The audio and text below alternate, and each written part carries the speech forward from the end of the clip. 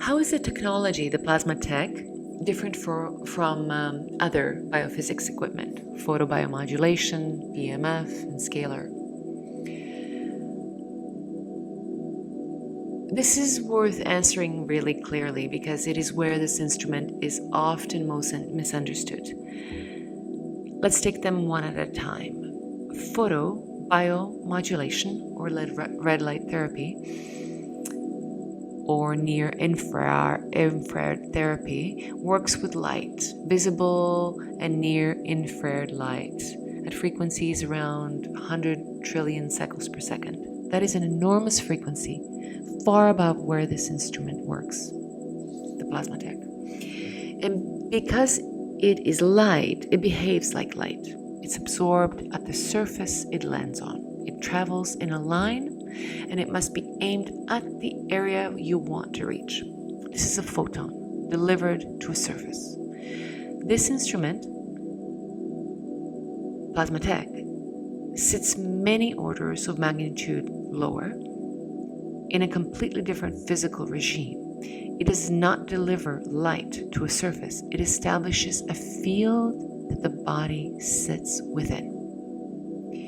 Now, PEMF, pulsed electromagnetic field therapy, is the closest honest relative. It is also a low-frequency electromagnetic field and also works without contact, per se, and it deserves respect as a real and related family.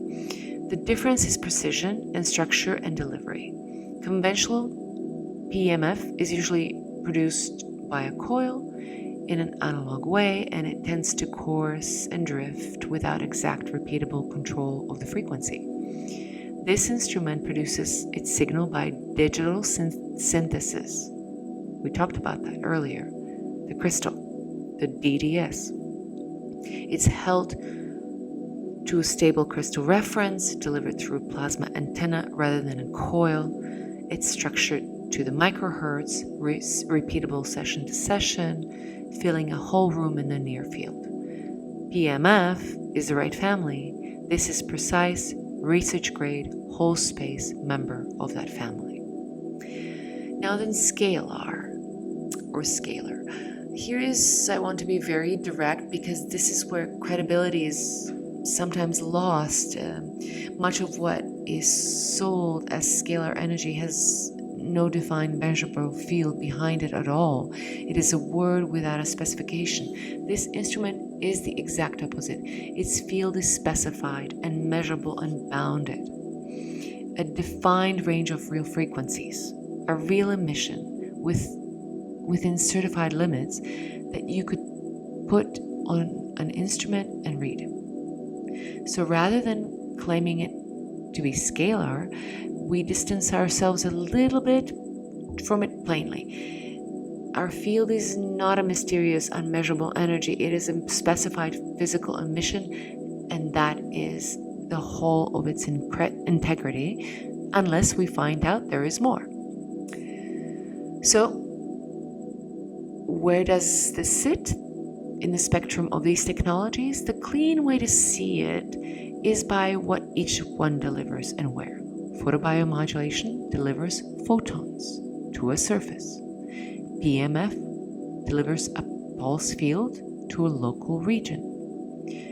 The plasma.tech delivers a specified structured field to a whole space precisely and repeatably that a body meets at its liquid boundaries.